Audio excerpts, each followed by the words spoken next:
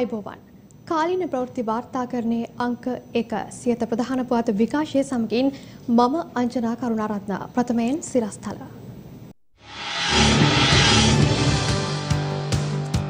තරඟාවලියේ ජය සොයා යන ඉන්දු ශ්‍රී ලංකා 2020 අවසන් තරඟය අද සජීව විකාශය රාත්‍රී 7 සිට සියත ටීවී ඔස්සේ මුදල් සංශෝධන පනත් කෙටුම්පතේ රහසිගත තීන්දුව කතානායකවරයාට ඊශාලිනීගේ දේහය පේරාදෙණිය ශික්ෂණ රෝහලට ගෙනියන්න නියෝග ළමුන් ආරක්ෂා කරන්න DIG අජිත් රෝහණට නව තනතුරක් කොවිඩ් මර්ධන කාර්යසාධක බලකාය හෙට ජනපති ප්‍රධානත්වයෙන් සේග්‍රේන් පැතිරෙන ඩෙල්ටා ගැන විශේෂ අවධානයක් සැප්තැම්බර් 15ට කලින් 30ට වැඩි සියල්ලන්ට එන්නත උද්ඝෝෂණ වළක්වන්න පොලිසියට නිර්දේශ දෙන්න PHIලා සූදානම් ඉදිරි වසර 4 තුල ලක්ෂ 50කට පානීය ජලය අගමැතිගෙන් පොරොන්දුවක් විපක්ෂය සමග එකතු වීමට ශ්‍රී ලංකා නිදහස් පක්ෂය සූදානම් නැතයි දුමින්ද කියයි ඕනේ නම් පක්ෂය මාරු කරනවා ප්‍රතිපත්ති එහෙමමයි රාජිත පවසයි රංජන්ට නිදහස ඉල්ලා කලාකරුවන් ජනපති කාර්යාලයට බැංකු ගිණුම් 5යි කෝටි 6යි බිස්නස් එක කුඩු පොලිසිය පොලිස් කරන්න ගිය පුද්ගලයාට වැඩ වරදි තමන් දන්නේ මැණික් ගලේ දිග පළල සහ උස පමණක් බව මැණික් සභාපති කියයි බස් රථය සහ කැබ් රථය ගැටේ දෙදෙනෙක් මියයි කඳුළු සලන බෙරහඬ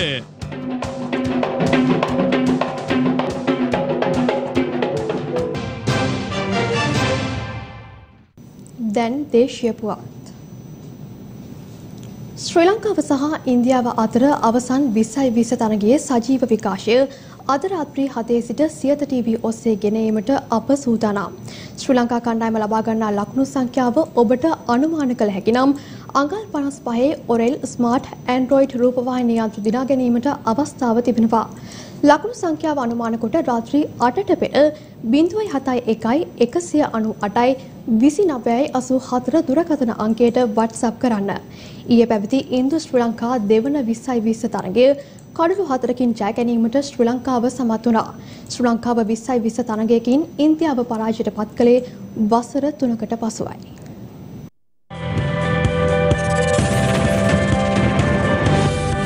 තරගයේ කාසිය වාසිය දිනාගත් ශ්‍රී ලංකාව ප්‍රථමයෙන් පන්දු යැවීමට තීරණය කළා. ඒ අනුව ප්‍රථමයෙන් පන්දුවට පහර දීමට පිටියට පිවිසි ඉන්දිය කණ්ඩායම නියමිත පන්දු වාර 20 අවසානයේ ලකුණු 132ක් රැස් කළා. ඒ කඩලු 5ක් දැවී තිබියදී නායක ශිඛර් ධවන් ඉන්දිය පිළ වෙනුවෙන් ලකුණු 40ක් රැස් කරගත්තා. පන්දු යැවීමේදී අකිල ධනංජය කඩලු 2ක් බිඳ හෙළුවා. වනිතු හසරංග දුෂ්මන්ත චමීර සහ නායක දසුන් ශානක අතරේ එක් කඩුල්ල බැගින් බෙදී ගියා. ලකුණු 133ක ඉලක්කයක් හඹා යාමට පිටියට පිවිසි ශ්‍රී ලංකා පිළ පන්දු වාර 19 පන්දු 4ක් අවසානයේ සිය ජයග්‍රාහී සීමාව පසු කර ගියා. ඒ කඩලු 6ක් දැවී තිබියදී ආරම්භක පිටිකරුවෙක් ලෙස පිටියට පිවිසි මිනෝද් බානුක ලකුණු 36ක් රැස් කළා.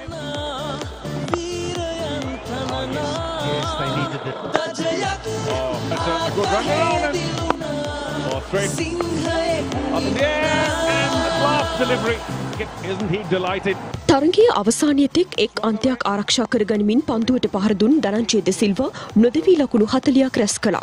අවසන් පන්දු වාර දෙකේදී ශ්‍රී ලංකා කණ්ඩායමට ලකුණු 20ක් අවශ්‍යව තිබුණා. එම අවස්ථාවේ පන්දුවට පහර දෙමින් සිටි චාමික කරුණාරත්න බෝලේශ්වර් කුමාරයා වූ 19 වන පන්දු වාරයේදී 6 පහරක් එල්ල කරමින් තරගයේ වාසිය ශ්‍රී ලංකාව දෙසට නතු කරගත්තා.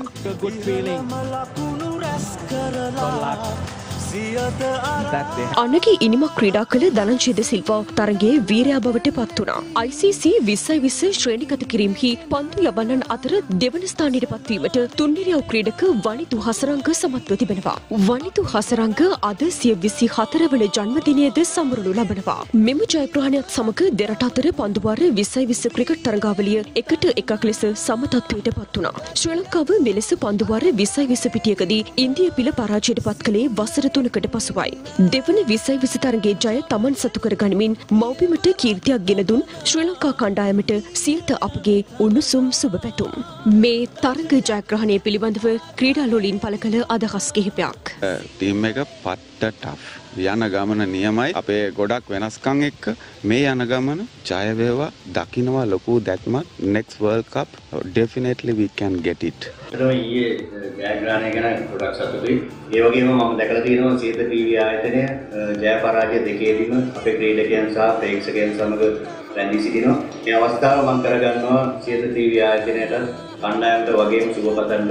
ඊයේ වෙච්ච ජයග්‍රහණය මට ගොඩක් සතුටුයි. රටේ ජනතාවගෙන් කාරුණික ඉල්ලනවා ක්‍රීඩකයෝ ගැන පොඩි උනන්දුවක් දක්වන සියත ආයතනයේ විදියට ගොඩක් දේවල් කරලා තියෙනවා ක්‍රීඩකයෝ වෙනුවෙන්. අත්‍තරම ගොඩක් සතුටුයි. ලොකු බලාපොරොත්තුවක් ඉදිරි අනාගතයේ අපේ ශ්‍රී ලංකා ක්‍රිකට් කණ්ඩායම ගැන තියාගන්න පුළුවන් කියලා මම විශ්වාස කරනවා. සන්තෝෂයි ජයග්‍රහණය කරන්නේ. මාත් බැලුවේ සිරිතියගෙන් තමයි.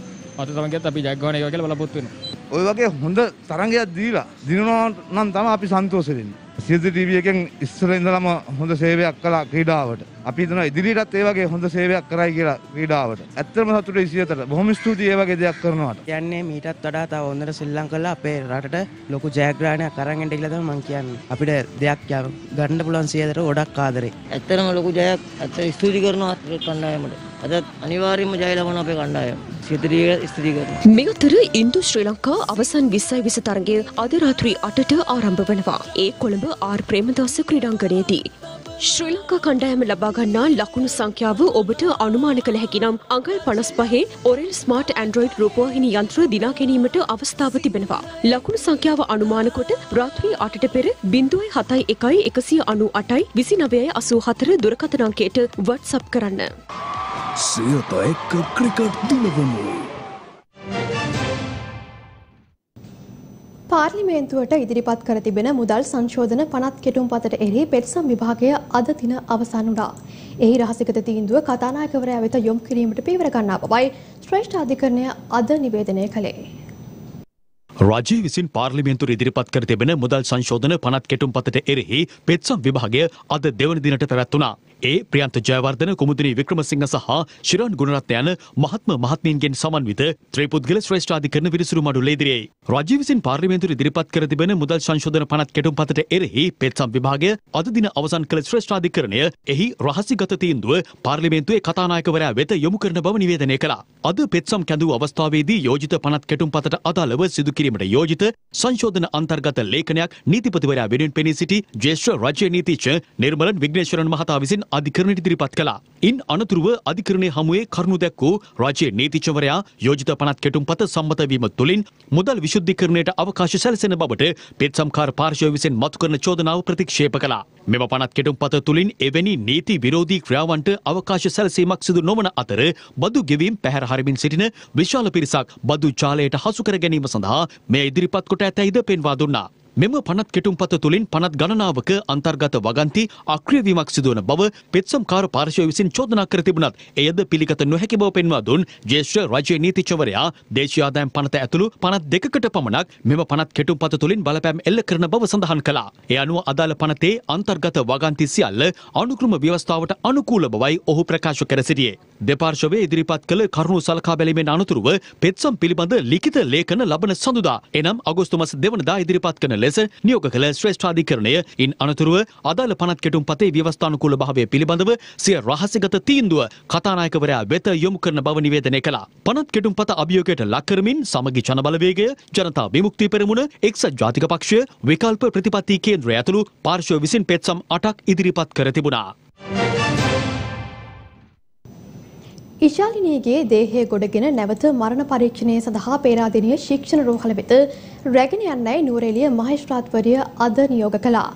මේ අතර කොළඹ ප්‍රදේශයේ බාලවෑස්කර ළමුන් මෙහෙකාර සේවයේ යෙදවීම පිළිබඳව පොලිසිය විශේෂ විමර්ශනයක් ආරම්භ කර තිබෙනවා. ස්ථාන 80ක් පමණ පරීක්ෂා කළ බවයි පොලිස් මාධ්‍ය ප්‍රකාශක ජ්‍යෙෂ්ඨ නියෝජ්‍ය පොලිස්පති අජිත් රෝහණ මහතා ප්‍රකාශ කළේ.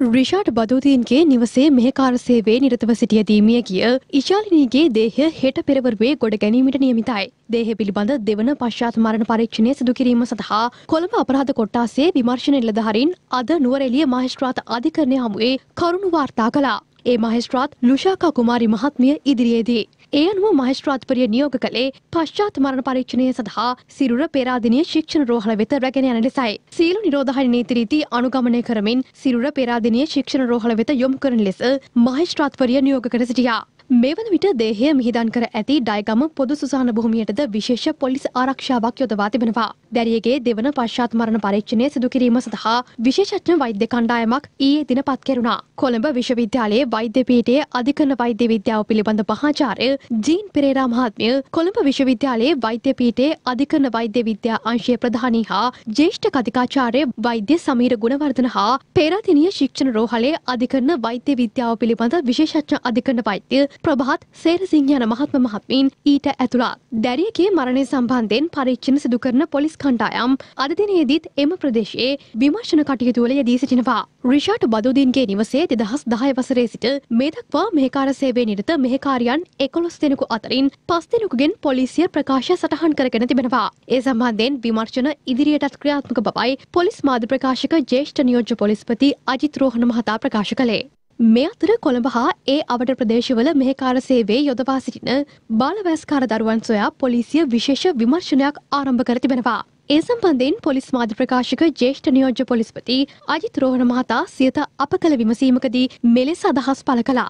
අවුරුදු 16ට අඩු ළමයින් ළමා මෙහෙකාර සේවයේ සිටින පරීක්ෂා කිරීමට විශේෂ මෙහෙයුමක් ඊයේ දිනේදී ආරම්භ වුණා. එය තවදුරටත් ක්‍රියාත්මක වෙනවා. විශේෂයෙන්ම කොළඹ නගරය ආශ්‍රිතව ප්‍රජා පොලිස් නිලධාරීන් ඒ වගේම ළමා හා කාන්තා කාර්යාංශ නිලධාරීන් අතර ක්‍රියාත්මක වෙන්නේ. එවැනි ළමුන් රඳවා තිබෙන බවට තොරතුරු ලැබුණු නිවාස 80කට ආසන සංඛ්‍යාවක් පරීක්ෂා කර තිබෙනවා. කෙසේ වෙතත් එම දරුවන් සම්බන්ධව පරීක්ෂා කිරීමේදී නියමිත වයස් ප්‍රමාණය සම්පූර්ණ වී ඇති බවට අනාවරණය වී තිබෙනවා. තවදුරටත් මේ මෙහෙයුම් තොරතුරු ලබාගෙන සිදු කරනු ලබනවා. නියමිත වයස් ප්‍රමාණයට අඩු මට්ටමක සිටින යමෙක් නිවසේ තබාගෙන සිටියහොත් එම ආම්පුතුන්ට එරෙහිව නීත්‍යානුකූලව ක්‍රියා කරනු ලබනවා. ළමුන් සම්බන්ධයෙන් අසභ්‍ය දර්ශන ඇතුළත් ඡායාරූප හා වීඩියෝ අන්තර්ජාලයට මුදා හැරීමේ සිදුවීම් 17629ක් සම්බන්ධයෙන් වාර්තා වී ඇති බවද පොලිසිය ප්‍රකාශ කළා. ඒ පසුගිය 17 වනදා සිට මේ දක්වා සිදු කළ විමර්ශනවලදී මේ අතර ජාතික ළමාරක්ෂක අධිකාරියේ අධ්‍යක්ෂක මණ්ඩලයේ සමාජිකයෙකු ලෙස වහාම ක්‍රියාත්මක වන පරිදි පොලිස් මාධ්‍ය ප්‍රකාශක ජ්‍යෙෂ්ඨ නියෝජ්‍ය පොලිස්පති අජිත් රෝහණ මහතා පත් කර තිබෙනවා. ඒ ජනාධිපති ගෝඨාභය රාජපක්ෂ මහතා විසින් මෙම පත්වීම වසර 3ක කාලයක් සඳහා බලපැවැත්වෙනවා. කොවිඩ් කාර්යසාධක බලකාය ජනාධිපති ගෝඨාභය රාජපක්ෂ මහතාගේ ප්‍රධානත්වයෙන් හෙට රැස්වීමට නියමිතයි. එහිදී කොවිඩ් රෝගී මරණ වැඩිවීම හා ආසාදිතින් ඉහළ යාම පිළිබඳව පූර්ණ අවධානය යොමු වනු ඇතැයි වාර්තා වනවා. දැන් සම්පූර්ණ කොවිඩ් වාර්තාව.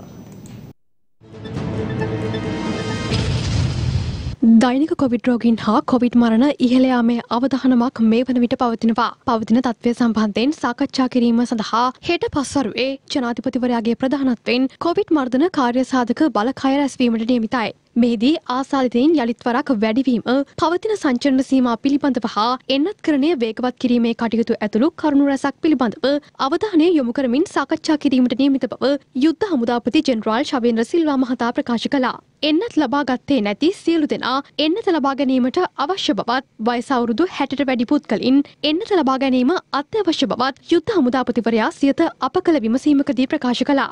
මේ අතර අනවශ්‍ය මහජන ඒකරාශී වීම හා උද්ඝෝෂණ සම්බන්ධයෙන් නීතිමය ක්‍රියාමාර්ග ගැනීමට අවශ්‍ය නිර්දේශ පොලිස් සේවයට ලබා දීමට කටයුතු කරන බව මහජන සෞඛ්‍ය පරීක්ෂකවරුන්ගේ සංගමයේ සභාපති උපුල් රෝහණ මහතා ප්‍රකාශ කළා. මින් ඉදිරියට යම් උද්ඝෝෂණයක් හෝ යම් අනවශ්‍ය සමාජ ඒකරාශී වීමක් සඳහා නීතිමය ක්‍රියාමාර්ග ගන්න හරි අධිකරණමය ක්‍රියාමාර්ගයක් ගැනීම සඳහා පොලිස් දෙපාර්තමේන්තුව අපේ නිර්දේශයක් ඉල්ලුවොත් අපි ඒ නිර්දේශ ලබා දෙන්න කටයුතු කරනවා. විශේෂයෙන් මේ මොහොතේ ලංකාවේ පවතින තත්ත්වය සහ මහ ජනතාව සෞඛ්‍ය උපදෙස් නොතකමින් කටයුතු කිරීම සම්බන්ධව සලකලා බලලා. දැන් පවතින තත්ත්වය ඉතාමත්ම භයානකයි. රෝගීන් සංඛ්‍යාව දෛනිකව වැඩි වෙනවා. ඒ වගේම වැඩි වෙන රෝගීන්ගේ රෝග ලක්ෂණ පහළ වීම ඉතාම වැඩි ප්‍රවණතාවයක් තියෙනවා කියලා අපිට පේන්න තියෙනවා. මේ ඔක්සිජන් අවශ්‍යතාවය ඉතාම ඉහළ ගිහිල්ලා කියලා විශේෂඥයෝ අනතුරු අඟවනවා. ඒ නිසා මේ පවතින තත්ත්වය ඉතාමත් අවදානම්. දෛනික කොවිඩ් රෝගීන් වාර්තා වීම ඉහළ යාමට හේතුව ඩෙල්ටා වෛරසය බව විශේෂඥ වෛද්‍ය හේමන්ත හේරත් මහතා පවසනවා. ඩෙල්ටා වෛරසයේ සම්මාදමක් කන්ට්‍රිබියුෂන් එකක් මේකට නැතුව ආය කියලා අපිට කියන්න බෑ. නමුත් ඊට වඩා වැදගත් වෙන්නේ අපි මේ යම් ආකාරයකට සමාජ ආර්ථික ලිහිලක් ලබා දෙනකොට ඒක හරහා මේ රෝගය පැතිරීමට තියෙන ඉඩකඩ කොහොමත් වැඩි වෙනවා. ඒක කමබර කරමින් අපි ඉදිරියට යන්න වෙනවා. රට වහලා තියන්න දිගටම කරගෙන යන්න පුළුවන්කමක් නැහැ. ඒ තත්වයේ තුල අපි සියලු දෙනාම වගකීමෙන් යුතුව කටයුතු කරමින් අපේ රටේ තියෙන සමාජ ආර්ථික කටයුතු ඉදිරියට යන ගමන් රෝගය පැතිරෙන්න තියෙන ඉඩ අවම කරමින් කටයුතු කරන්න සියලු දෙනා වග බලා ගත්තොත් මං හිතනවා ඩෙල්ටා වෛරසයේ සම්මාදම එහෙමත් නැත්නම් ඒකෙන් වෙන සහභාගීත්වය ලොකු එකක් හැටියට අපිට සලකන්න නැතුව ඉස්සරහට ගෙනියන්න පුළුවන්. රෝගීන් සංඛ්‍යාව අඩු කිරීමට සියලු දෙනා දායක වුණොත්. ඊයේ දිනේදී කොවිඩ් රෝගීන් 1940 දෙනෙකු වාර්තා වීම හමුවේ මෙරට සමස්ත කොවිඩ් රෝගීන්ගේ සංඛ්‍යාවද ලක්ෂ 3 සීමාව ඉක්මවා ගියා. කර්මාන්ත අමාත්‍ය විමල් වීරවංශ මහතා දින 14ක කාලයක් සඳහා ස්වයං නිරෝධායනයට යොමු වී තිබෙනවා. නිල ෆේස්බුක් ගිණුමේ සටහනක් තබමින් විමල් වීරවංශ මහතා සඳහන් කළේ තමාගේ ආරක්ෂක අංශයේ සේවයේ නියුතු පොලිස් නිලධාරීන් කිහිප දෙනෙකු කොවිඩ් රෝගීන් බවට තහවුරු වී ඇති බවයි. ඒ අනුව ඔවුන්ගේ ආශ්‍රිතයින් ලෙස තමාද නිරෝධායනය වීමට තීරණය කර බවයි එම සටහනේ දැක්වෙන්නේ. මැදවච්චිය ප්‍රාදේශීය සභාවේ සභාපතිවරයා ඇතුළු මන්ත්‍රීවරුන් දෙදෙනෙකුට කොවිඩ් වෛරසය ආසාදනය වී ඇති බව මැදවච්චිය සෞඛ්‍ය වෛද්‍ය නිලධාරී කාර්යාලය පවසනවා. මේ අතර ශ්‍රී ලංකාවට පැමිණෙන ගුවන් යානාවක ගෙන ආ හැකි එන්නත්කරණය සම්පූර්ණ කළ මගීන් සංඛ්‍යාව සඳහා වූ සීමා ඉවත් කිරීමට මෙරට බලධාරීන් ක්‍රියා කර තිබෙනවා. ඒ අනුව එන්නත් දෙකම ලබාගෙන දින 14ක් ගෙවා ඇති මගීන්ව ගුවන් යානයේ මගී ධාරිතාව සම්පූර්ණ කර මෙරටට රැගෙන ඒමට ගුවන් සමාගම් සඳහා අවසර හිමිවනවා. දිනක් තුල එන්නත් කර ඇති වැඩිම එන්නත් මාත්‍රා සංඛ්‍යාව ඊයේ දිනේ තුල ලබා දී තිබෙනවා. සෞඛ්‍ය අමාත්‍ය පවිත්‍රා වන්‍යාරච්චි මහත්මිය ප්‍රකාශ කළේ ඊයේ දිනේදී කොවිඩ් මර්ධන එන්නත් ලක්ෂ 4කට අධික සංඛ්‍යාවක් එන්නත් කර ඇති බවයි. කොවිඩ් මර්ධන වැඩසටහන යටතේ දින 3ක් තුල සයිනෝෆාම් එන්නත් මාත්‍රා මිලියනයකට අධික ප්‍රමාණයක්ද ලබා දී තිබෙනවා. එසේම එන්නත් කරන කටයුතු අද දිනේදී සිදු කෙරුණේ මෙලෙසින්.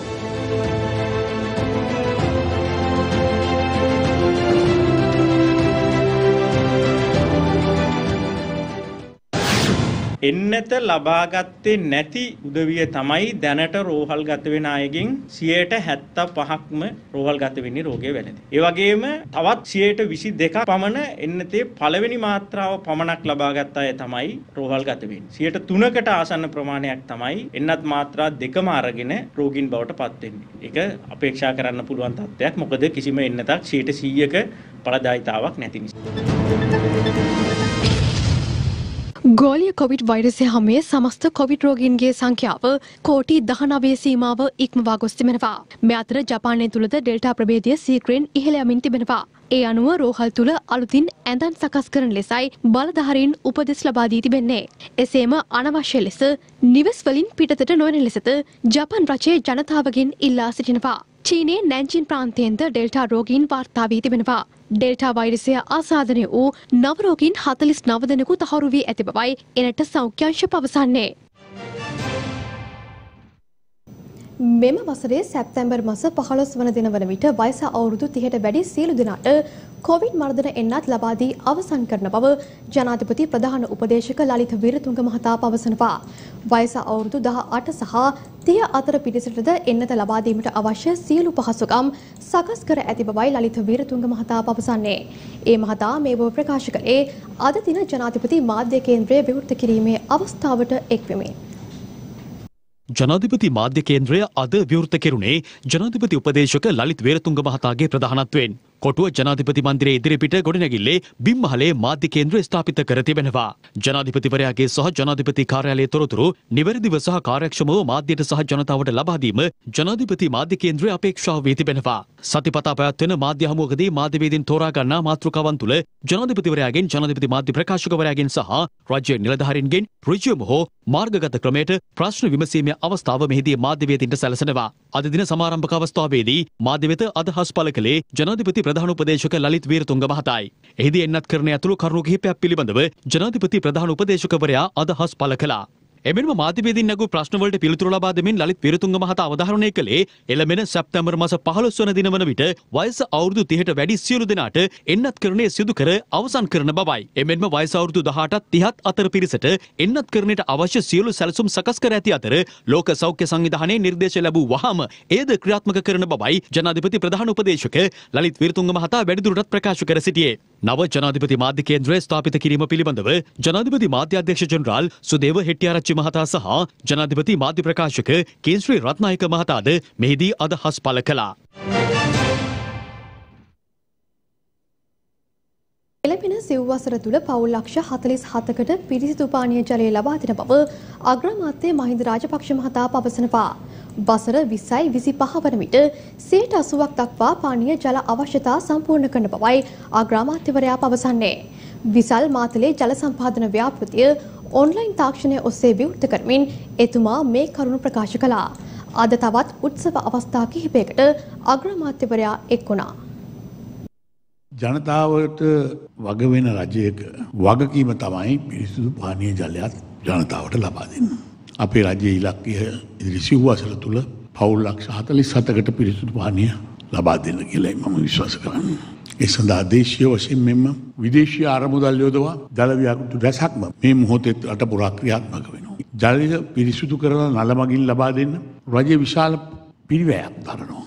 ඒ නිසා ජලය අර පරිස්සමෙන් පරිහරණය කරන්නත් ජනතාව වග බලා ගන්න ඕන. 140කට ආසන්න වෙලා තිබුණු මුළු රටේම නල ජල ආවරණය 2025 වසර වන විට 80ක් දක්වා ගෙන යාම අපේ ඉලක්කයයි. මේ අතර දිවයින පුරා ජනතාවට පානීය ජලය ලබා දීමේ ව්‍යාපෘති කඩිනම් කිරීමට සමගාමීව ජලපෝෂක ප්‍රදේශ සංරක්ෂණය කිරීම සඳහා වහා පියවර ගන්නයි අග්‍රාමාත්‍යවරයා ඊයේ පස්වරුවේ නියෝග කළා. ජල සම්පාදන අමාත්‍යාංශයේ නිලධාරීන් සමග අර්ලියගහ මන්දිරයේ පැවති සාකච්ඡාවකදී අග්‍රාමාත්‍යවරයා මේ බව සඳහන් කළා. ජාතික රෝහල් පරිශ්‍රය ඉදිකරන ලද නව මෞත්‍රලිංග ශල්‍ය වෛද්‍ය සහ වකුගඩු රෝග විද්‍යායතන ගොඩනැගිල්ල අග්‍රාමාත්‍ය මහින්ද රාජපක්ෂ මහතාගේ සුරතින් අද පෙරවරුවේ විවෘත කෙරුණා. දැඩි සත්කාර ඒකකයන් 13කින් සමන්විත මෙම විද්‍යායතනය ඉදිකිරීම සඳහා වැය කළ මුදල රුපියල් මිලියන 300කට ආසන්නයි. ගොඩනැගිල්ල විවෘත කළ අග්‍රාමාත්‍යවරයා එහි නිරීක්ෂණ චාරිකාවකද නිරත වුණා. තංගල්ල නගර සභාවේ නව සභාපති WP ආර්යදාස මහතා අග්‍රාමාත්‍ය මහින්ද රාජපක්ෂ මහතා ඉදිරියේ අද පෙරවරුවේ අර්ලියගහ මන්දිරයේදී දියුරුම් දුන්නා. කිසිම හේතුවක් මත එක්සත් ජාතික පක්ෂය හෝ සමගි ජනබලවේගයේ සමග සන්ධානගත වන්නේ නැතැයි රාජ්‍ය අමාත්‍ය දුමින්ද දිසානායක මහතා පවසනවා. රටේ ගැටලු විසඳීමට සහාය වීම තම අරමුණ බව හිටපු ජනාධිපති මෛත්‍රීපාල සිරිසේන මහතා ප්‍රකාශ කළා. පාස් ප්‍රහාරය සම්බන්ධයෙන් ශ්‍රේෂ්ඨාධිකරණයේ දැනට නඩු රාශියක් තිබෙනවා. අධිකරණයේ විභාග වෙන නඩු කටයුත්තක් සම්බන්ධයෙන් මාධ්‍ය තුල කතා කිරීම සුදුසු නැහැ. කොහොම අවසාන විග්‍රහය තියෙන්නේ නීතිපති දෙපාර්තමේන්තුව සහ අධිකරණය. ජනාධිපතිතුමාව හමු වුණා. මේ මොකක් හරි මේ නඩු සම්බන්ධව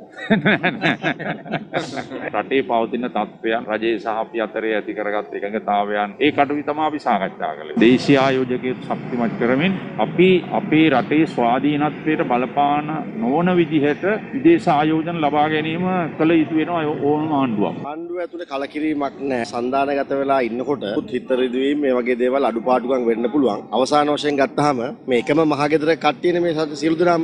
මේ රජේ මේ වෙනකොට ජනතාවට ලොකු සහනයක් නැති නිසා එමන්තන් නැත් බල පෙරලියකට ගිහිල්ලා සහාය දෙන්නේ. අපි මොනම හේතුවක් නිසාවත් එක්සත් ජාතික පක්ෂයත් එක්ක හෝ එහෙම නැත්නම් අලුතෙන් හදලා තියෙන මොකද්ද අලුත් පක්ෂේ ඒක නම මතකත් නැහැ. සමගි ජන බලවේගය හෝ කිසිමයි මොනම හේතුවක් නිසාවත් අපි ඉදිරියේදී සන්දානගත වෙන්න හෝ එහෙම හිතන්නේවත් අපි නැහැ. කාන්තා හා ළමා අයිතීන් ආරක්ෂා කිරීම සඳහා කොන්දේසි විරහිතව සහාය දීමට සමගි ජනබලවේගයේ සූදානම් බව විපක්ෂ නායක සජිත් ප්‍රේමදාස මහතා පවසනවා. විපක්ෂ නායකවරයා මේ බව ප්‍රකාශ කළේ සමගි වනිතා බලවේගයේ සමග පැවති හමුවකදී.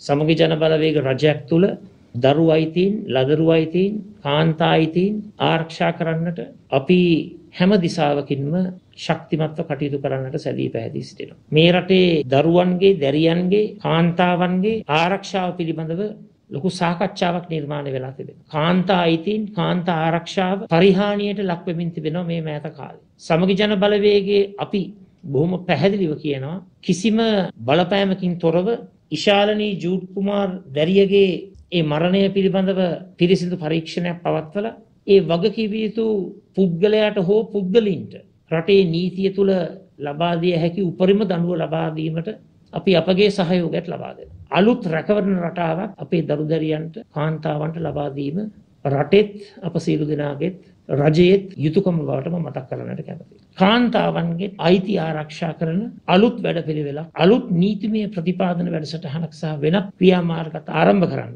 එවන් ක්‍රියාමාර්ගයකට සමගි ජන බලවේගයේ කොන්දේසි විරහිත සහයෝගය ලබා දෙනවා. වත්මන් ආණ්ඩුව පෙරලීමට මේ මොහොතේ කිසිදු අවශ්‍යතාවයක් නැති බව පාර්ලිමේන්තු මන්ත්‍රී රාජිත සේනරත්න මහතා පවසනවා.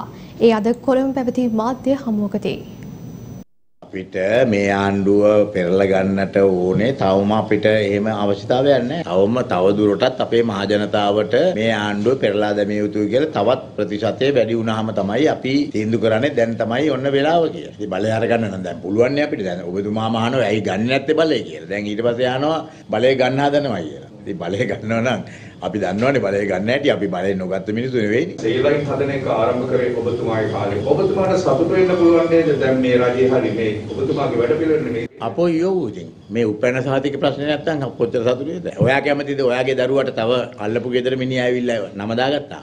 දැන් ඔබතුමානේ ওই කතාව කියන්නේ කොහොමද අපිට ආරංචියක් නැහැ. මාධ්‍යවේදීන් වශයෙන් තමුන්නාන්සලාගේ නිර්වතනේ ඔය කියන්නේ. තමුන්නාන්සලාට හොයාගන්න බෑ මාධ්‍යවේදියයි කියන්නේ එක්කෙනෙක් රිපෝටර් කියන්නේ එක්කෙනෙක්. රිපෝටර් කෙනෙක් වෙන්න එපා. මාධ්‍යවේදියෙක් විදිහට හැසිරෙන්න. මේක සේලයින් පිළිබඳ ප්‍රශ්නයක් නෙවෙයි. ඖෂධ ලංකාවේ හදන්න පටන් ගත්තේ මම. අපි කියන එක හරි ගිහින් කියනවා. නමුත් පාර්ලිමේන්තුවේ ඉන්න කට්ටිය කොයි තරම් ඡන්ද අරගෙන පටහැනිව කටයුතු කරලා තියෙනවද? පැහැදිලිවම. බුදුමත් පක්ෂ මාරුනේ. ඔය ඉතින් පක්ෂ මාරුනේ මොකටද? පක්ෂ මේ රටේ තියනවාද ඉතාමත් උත්තරීතර පක්ෂයක්? හෙටත් ඕන නම් මම මාරු කරනවා. පක්ෂ නෙවෙයි වැදගත් මේ සහෝදරයා. වැදගත් ප්‍රතිපත්තිය මතක තියාගන්න. මම ප්‍රතිපත්ති මාරු කරලා නැහැ. අපි දෙබිඩි පිළිවත් අනුවත් කරන්න ඔබතුමා පුළුවන් නම් කියලා ආණ්ඩුවෙන් අහන්න ආණ්ඩුව අනුගමනය කරන දෙබිඩි පිළිවත් මොනවද කියලා ඉවරලා. අපි කෙලින්ම දෙන්න ඕන උත්තරේ කෙලින්ම කියනවා. අපි අයුක්තියට අසාධාරණයට හොරකමට වංචාවට දූෂණයට විරුද්ධව අපි කෙලින් පෙනී හිටනවා. බදුරු දින උනත් එකයි රාජපක්ෂ කෙනෙක් උනත් එකයි රණතුංග කෙනෙක් උනත් එකයි කවුරුනත් අපට එකයි. හරිද? ඉතින් ඒ නිසා මේ රටේ කිසිදු දේශපාලඥයෙකුටවත් ප්‍රභූවරයෙකුටවත් මේ එහෙම අනියම් විදියට බලපෑම් කරන්න ළමා මෙහෙකාර සේවය කරවන්න එහෙම නැත්නම් ඝාතන කරන්න කාටවත් අයිතියක් නැහැ. සිරගතව සිටින රංජන් රාමනායක මහතාට පොදු සමාවක් ලබා දෙන ලෙස ඉල්ලා කලාකරුවන් පිරිසක් අද ජනාධිපති ලේකම් කාර්යාලයට සංදේශයක් ඉදිරිපත් කළා. ජනාධිපති පෞද්ගලික ලේකම් සුගීෂ්වර බණ්ඩාර මහතාට මෙම ලිපිය බහර දුන් බවයි කලාකරුවන් සඳහන් කළේ. සිරගතව සිටින හිටපු පාර්ලිමේන්තු මන්ත්‍රී රංජන් රාමනායක මහතාට පොදු සමාව ලබා දෙන්න ලෙස ඉල්ලමින් කලාකරුවන් පිරිසක් අද ජනාධිපති ලේකම් කාර්යාලයට ලිපියක් බාර දුන්නා. එම ලිපිය බාර දීමෙන් අනතුරුව කලාකරුවන් මාධ්‍ය වෙත අදහස් පළ කළා. ඉතින් අපි හිතනවා ජනාධිපතිතුමා ඉතාමත් කාරුණික මේක විමසා බලා අපේ කලාකරුවට නිදහස ලබා දී ජනාධිපති සමාව ලබා දී කියලා. මොකද රංජන් රාමනායක මේලාවේ එල්ලිසින් හරි වැදගත් අපේ කලා ලෝකෙට. ඔහුට ආදරය කරන ආදරණීය ප්‍රේක්ෂකයන් බලාපොරොත්තුෙන් ඉන්නවා පාට පක්ෂ ભેදයකින් තොරව ඔහු නිදහස් වෙයි කියලා. ඉතින් ඒ බලාපොරොත්තුෙන් තමයි අද ආවේ. අපි බලමු ඉදිරියේදී රංජන් රාමනායකයන්ට කෙසේද මේ තීන්දුව ලැබෙන්නේ කියලා. කිලෝ 510ක් බර ඩොලර් මිලියන 100කට එහා වටිනාකමක් ඇතැයි මැනික් සංස්ථාවේ සභාපතිවරයා පැවසූ කතාව අද ඔහුම ප්‍රතික්ෂේප කරමින් සිටිනවා. දුරකථනයෙන් අප කළ විමසුමකට පිළිතුරු දෙමින් සභාපතිවරයා පැවසුවේ ගලේ උස දිග පළල පමණක් Tamanට කිව හැකි බවයි. මැනික් ගලේ සිහිනය ගැන සභාපති එදා කී සහ අද කියන කතාව. more than 100 millions කියලා තමයි වැලියු කරේ. විශාල මැනිකේ වටිනාකමක් තියෙනවා කියන සාතික නිකුත් කරා.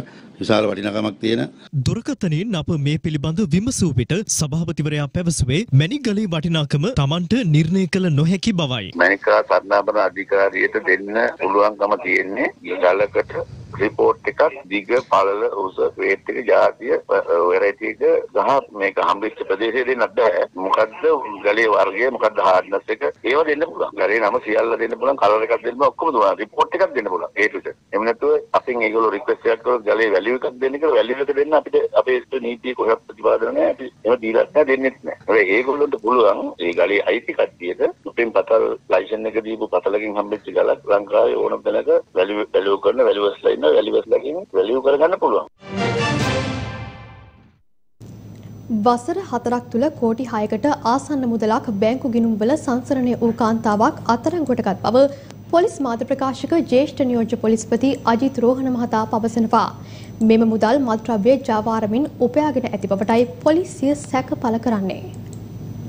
අපරාධ පරීක්ෂණ දෙපාර්තමේන්තුව විසින් දෙහිවල ප්‍රදේශයේ පදිංචි 41 හැවිරිදි කාන්තාවක් අත්අඩංගුවටගෙන තිබෙනවා. පසුගිය වර්ෂ 4ක පමණ කාල පරිච්ඡේදය තුළ විවිධ බැංකුවල ගිණුම් 5ක් පවත්වාගෙන යමින් මුදල් ලබා ගැනීම සිදු කර ඇති බවට වාර්තා වෙනවා. විවිධ පුද්ගලයන් මෙම ගිණුම් වලට මුදල් බැර කර තිබෙනවා. දී ඔවුන් මත්ද්‍රව්‍ය ජාවාරම්කරුවන්, ඒ වගේම ප්‍රාදේශීය වශයෙන් මත්ද්‍රව්‍ය විකුණන පුද්ගලයන් සහ මත්ද්‍රව්‍ය වලට ඇබ්බැහි වූවන් බවටයි අනාවරණය වී තිබෙන්නේ. ශ්‍රී ලංකා මහ බැංකුවේ මූල්‍ය විමර්ශන ඒකකයේ මගින් ලබා දෙන ලද තොරතුරක් අනුවයි මෙම අත්අඩංගුවට ගැනීම සිදු කර තිබෙන්නේ. මුදල් විශුද්ධිකරණය වැළැක්වීමේ පනතට අනුව යම්කිසි කෙනෙක් නීති විරෝධී ජාවාරමකින් මුදල් උපයා ගන්නේ නම් එම මුදල් සහිත බැංකු ගිණුම් තහනම් කිරීමටත් එකින් ලබාගත් නිශ්චලව චංචල දේපොළක් වෙත්නම් දේපොළ තහනම් කිරීමටත් පොලිසියට එවැගේම අධිකරණයට හැකියාවක් තිබෙනවා. මේ අතර ජීප් රථයක දකුණු පස දොරෙහි පොලිස් රඹුක්කන යනුවෙන් සඳහන් කර පොලිස් ජීප් රථයක් බවට ජනතාවට ඒත්තු ගන්වමින් සංසරණය වූ ඡායාරූපය සම්බන්ධයෙන්ද අද පොලිසිය මාධ්‍ය නිවේදනයක් නිකුත් කර තිබුණා. මෙය රඹුක්කන පොලිස් ස්ථානයට අයත් නොවන ජීප් රථයක් බවයි පොලිසිය සඳහන් කළේ. වාරියපොළ වාහන අලෙවි කරන පුද්ගලයෙකුයි මෙලෙස සටහන් කොට ධාවනයට යොදවා ඇත්තේ.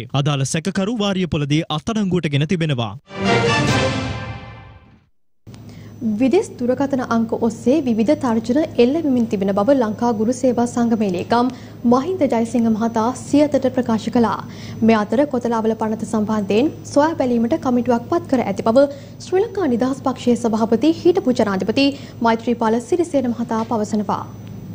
වෘත්තීය ක්‍රියාමාර්ගවලට අවතීර්ණ වූ පිරිස් මර්ධනය කිරීම, වැටුප් විෂමතා හොසි කිරීමට ආණ්ඩුවට බල කිරීම ඇතුළු කාරණා කිහිපයක් මුල් කරගනිමින් දිවයින පුරා ගුරු විදුහල්පතිවරුන් වෘත්තීය ක්‍රියාමාර්ගයකට එළඹුණා. ඒ අනුව ඔන්ලයින් ගුරු වර්ජනයට අදට දින 18ක්. දැන් මේ වෘත්තීය ක්‍රියාමාර්ග දිගින් දිගටම ඉදිරියට යද්දී වෘත්තීය ක්‍රියාමාර්ග වලට නායකත්වය දෙන අපට විවිධ මඩ අවලාද බොරු ප්‍රචාර යවමින් ගුරුවරු සහ විදුහල්පතිවරු මානසිකව බිඳවට්ටන්න උත්සාහ කරමින් තිබෙනවා. ඒ නිසා අපි තාමත් ඕනෑකම යුතුව අවධාරණය කරනවා මෙවැනි මඩ අවලාද බොරු ප්‍රචාර වලින් මේ සටන නතර කරන්න උත්සාහ කරනවා නම් ඒක හිතලුවක් පමණයි. මේ අතර යෝජිත කොතලාවල විශ්වවිද්‍යාල පනතට විරෝධය පළ කරමින් විශ්වවිද්‍යාල ආචාර්යවරු ඊයේ දින සිය අධ්‍යාපන කටයුතු වලින් ඉවත් වුණා. එමෙන්ම කොතලාවල විශ්වවිද්‍යාල පනත සම්බන්ධයෙන් මේ වන විට කමිටුවක් පත් කර ඇති බව ශ්‍රී ලංකා නිදහස් පක්ෂයේ සභාපති හිටපු ජනාධිපති මෛත්‍රීපාල සිරිසේන මහතා මාධ්‍යවේදියෙකු යොමු කළ පැනයකට පිළිතුරු ලබා දෙමින් අද ප්‍රකාශ කළා. ඒ සම්බන්ධයෙන් අපි පාර්ලිමේන්තු කණ්ඩායමත් මන්ත්‍රී කාර්ය සභාව සාකච්ඡා කරලා දැනට කමිටුවක් පත් කරලා තියෙනවා. ඒ කමිටුවේ නිර්දේශ අපි දෙන්න කියලා තියෙනවා ලබන අඟහරුවාද වෙනකොට. ඒකට ඒ කමිටු නිර්දේශ තුල තමයි අපි තීරණයක් ගන්නෙ. මේ තිබෙන ගැටලුවට කොයි ආකාරයේද අපි අපේ විසඳුම දෙන්න කියන්නේ. මේ අතර අධ්‍යාපනය මිලිටරීකරණයට එරෙහිව ජනතා ව්‍යාපාරය අද පෙරවරුවේ ජාතික ජනබලවේගයේ නියෝජිතයින් හමු වුණා. මිලිටරි කාර්යයන් කියලා කියන්නේ යම්කිසි සමාජයේ තියෙන සුවිශේෂ කාර්යයන්. ඒක යම්කිසි වෙනම ආකාරයේ රාමුවක් සහිත වෙනම වැඩ කිරීමේ රටාවක්. ඉතින් ඒක සාමාන්‍ය පොදු ජන සමාජයට ගැලපෙන්නේ නැහැ. ජෙනරාල් ශ්‍රීමත් ජෝන් කොතලාවල ආරක්ෂක විශ්වවිද්‍යාලය පනත් කෙටුම්පත දෙවන වර කියවීමේ විවාදය එළඹෙන අගෝස්තු 6 වෙනිදා පැවැත්වෙනවා. අගෝස්තු 3 අඟහරුවාදා පස්වරු දෙකට එම කෙටුම්පත සම්බන්ධයෙන් පාර්ලිමේන්තු මන්ත්‍රීවරුන්ට අමාත්‍ය චමල් රාජපක්ෂ මහතාගේ ප්‍රධානත්වයෙන් විශේෂ සාකච්ඡාවක්ද ලබා දී තිබෙනවා. එම සාකච්ඡාව පාර්ලිමේන්තු සංකීර්ණයේදී පැවැත්වීමට නියමිතයි.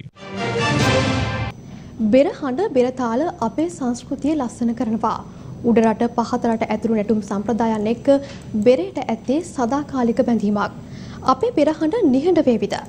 මේ අත්තනගල්ල අලවල බෙරගම්මානයේ නිෂ්පාදකයින් මුහුණ දී සිටින අවාසනාවන්ත තත්ත්වය පිළිබඳ සියත අප ගම්පහ වාර්තාකරු තබන සටහනක්.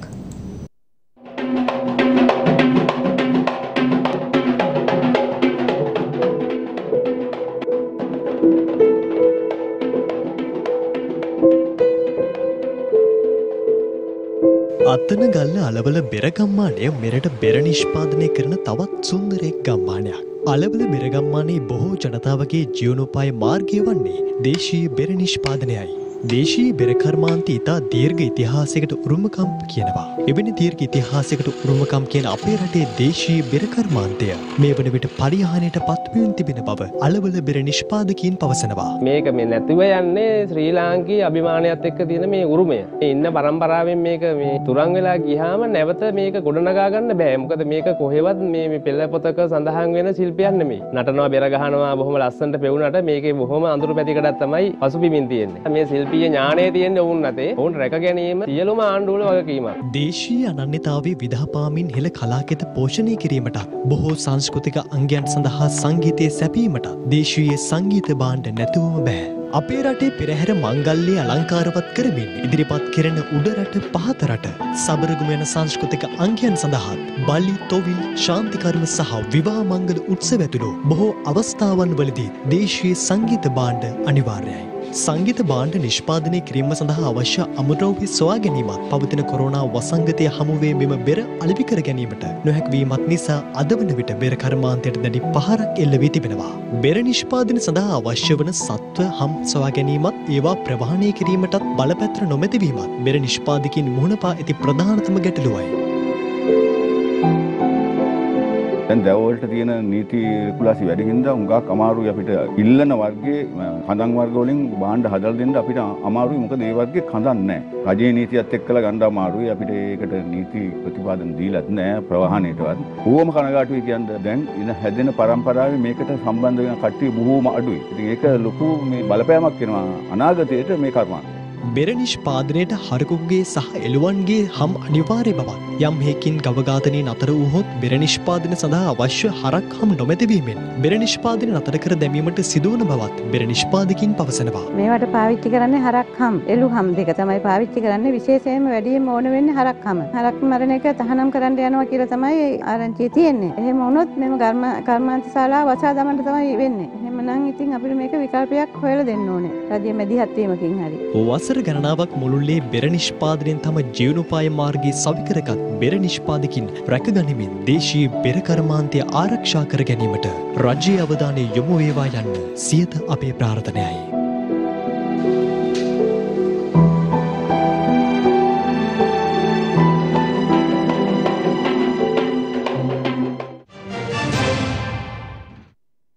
මනම්පිටිය ප්‍රදේශයේදී අද පෙරවරුවේ බස් රථයක් සහ කැබ් රථයක් මුහුණට මුහුණ ගැටීමෙන් අනතුරක් සිදු වුණා.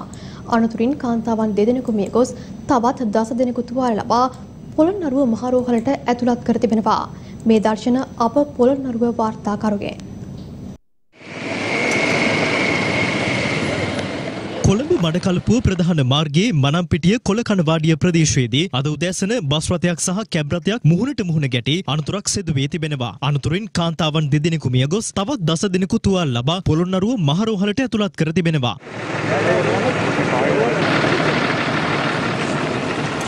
ඉතිකාට යන ගමන් මෙයා තමයි ඉස්සරහට ආවේ බස් එකට අපි අරගෙන යනකොට උඩරිම පාරට මෙහෙට අල්ලලා ආවේ. අපි පුළුවන් තරම් මෙහෙට අයිනට කැපුවම ආපු ගමන් හප්පනම ගියා නේ. මම ඩ්‍රයිවර් මේකේ කැබ් එකේ. අපි පුළුවන් තරම් මෙහෙ ඉඳලා අල්ලන්නේ. හරහට මට හිතුණා නිකන් එන ක්‍රමේ හරියන්නේ නැහැ කියලා මම පුළුවන් තරම් මේ කැපුවනකොට මම පහු වෙනකොට තමයි බැදින එක පාට දාස් කරා. කපා ගන්න දෙයක් නැහැ කැබ් එකේ හිර වුණා කපනකොට මේ ස්ක්‍රීන් එක උඩරිම කපලානේ. කිරේ කවද? 11 දෙනෙක් තමයි ආවේ.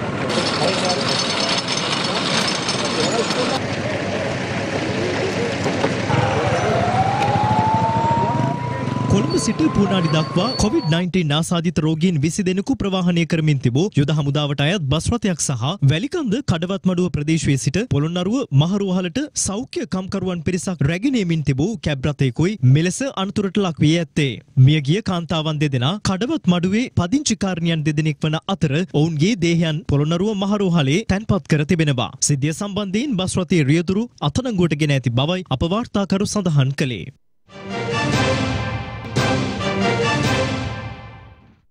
දැන් ක්‍රීඩා පුවත්. ඔලිම්පික් සඳහා ගොස් සිටින දේශපාලඥයින් පෞද්ගලික අංශයේ ආයතනවල අනුග්‍රහයෙන් ගිය බව අමාත්‍ය කෙහෙලි රඹුක්වැල්ල මහතා ප්‍රකාශ කළා. රාජ්‍ය අමාත්‍ය රොෂාන් රණසිංහ මහතා පවසන්නේ තමන් පෞද්ගලික මුදලින් ජපානයට ගිය බවයි. කිසිදු පෞද්ගලික ආයතනයකින් හෝ රජයෙන් මුදල් ලබා ගත්තේ නැති බව ඔහු ප්‍රවෘත්ති නිවේදනයක් නිකුත් කරමින් අවධාරණය කරනවා. රජයේ අමාත්‍යවරුන් ඔලිම්පික් ක්‍රීඩා උළෙල සඳහා සහභාගී වීම පිළිබඳව මේ වන විට විවිධ මත ප්‍රකාශ වෙමින් පවතිනවා. එවන් පසුබිමක පළාත් සභා හා පළාත් පාලන කටයුතු රාජ්‍ය අමාත්‍ය කාර්යාලය විසින් මේ පිළිබඳව මාධ්‍ය නිවේදනයක් නිකුත් කර තිබෙනවා. මෙම නිවේදනය තුළ දැක්වෙන්නේ ජපානයේ ටෝකියෝහි පැවැත්වෙන ඔලිම්පික් ක්‍රීඩා උළෙල සඳහා සහභාගී වූ අමාත්‍යවරුන් පෞද්ගලික අංශයේ ආයතන කිහිපයක අනුග්‍රාහකත්වයෙන් සහභාගී වූ බවට අමාත්‍ය කෙහෙලි රඹුකැල්ල මහතා පවසන බවයි. එම කාරණය එසේ නොවන බවත් විදේශගත වීමට අවශ්‍ය ගුවන් ටිකට් පත් හා ජපානයේ රැඳී සිටින කාලය තුලදී වැයවන වියදම් තමා පෞද්ගලිකව දරා ගන්නා බවත් කිසිදු මොහොතක රජයේ මුදල් හෝ පුද්ගලික ආයතනයක අනුග්‍රාහී මුදල් වියදම් නොකළ බවත් පළාත් සභා හා පළාත් පාලන රාජ්‍ය අමාත්‍ය රොෂාන් රණසිංහ මහතා විසින් ප්‍රකාශ කර තිබෙනවා. තරුණ හා ක්‍රීඩා අමාත්‍ය නමල් රාජපක්ෂ මහතා සමග තමන් ඇතුළුව අමාත්‍යවරුන් කිහිප දෙනෙකු ජපානයේ බලා පැමිණුණු බවත් එහිදී පළාත් සභා හා පළාත් පාලන කටයුතු රාජ්‍ය අමාත්‍යවරයා ලෙස සිදු කරනු ලබන විවිධ වූ සංවර්ධන ව්‍යාපෘති සඳහා ජපාන් රජයේ හා ව්‍යාපාරික ප්‍රජාවගේ සහයෝගය ලබා ගැනීම වෙනුවෙන් සාකච්ඡා කිහිපයක්ම සාර්ථකව පැවැත් වූ බවත් රොෂාන් රණසිංහ මහතා අවධාරණය කරනවා. රාජ්‍ය මුදල් වියදම් කර හෝ වෙනත් ආයතනයක අනුග්‍රාහකත්වයෙන් රට සවාරි යනවා යයි සමාජය තුළ මතයක් ඇති කිරීමේ කවුරුන්ගේ හෝ උත්සාහය නිෂ්ඵල බවත් එය සම්පූර්ණයෙන් බැහැර කරන බවත් රාජ්‍ය අමාත්‍යවරයා පවසනවා. මෙම අවස්ථාව සඳහා අමාත්‍ය නාමල් රාජපක්ෂ මහතා, රාජ්‍ය අමාත්‍ය තේනුක විධානගමගේ මහතා, රාජ්‍ය අමාත්‍ය ඩී.වී. චානක මහතා ඇතුළු කණ්ඩායමක් එක්ව සිටින බවයි පළාත් සභා හා පළාත් පාලන කටයුතු රාජ්‍ය අමාත්‍ය කාර්යාලය පවසන්නේ. ටෝකියෝ ඔලිම්පික් උළෙලේ පදක්කම් සටනේ පෙරමුණ ගැනීමට චීනය, ඇමරිකාව හා ජපානය අතර තියුණු තරගයක් හටගෙන තිබෙනවා. මේ වන විට රන් පදක්කම් සටනේ පෙරමුණ ගැනීමට චීනය සමත්ව සිටිනවා. ඒ රන් පදක්කම් 15ක් ලබා ගනිමින් දෙවන හා තුන්වන ස්ථාන පිරිවලින් ජපානය සහ ඇමරිකාව හිමි කරගෙන තිබෙනවා. ප්‍රධාන පුවත් විකාශය අවසන්. ඔබට සුබ සන්ධ්‍යාවක්. දිනපතා අලුත් වීඩියෝ සහ ප්‍රවෘත්ති නැරඹීමට ඉහත බටන් එක ක්ලික් කර සියත TV සබ්ස්ක්‍රයිබ් කරන්න.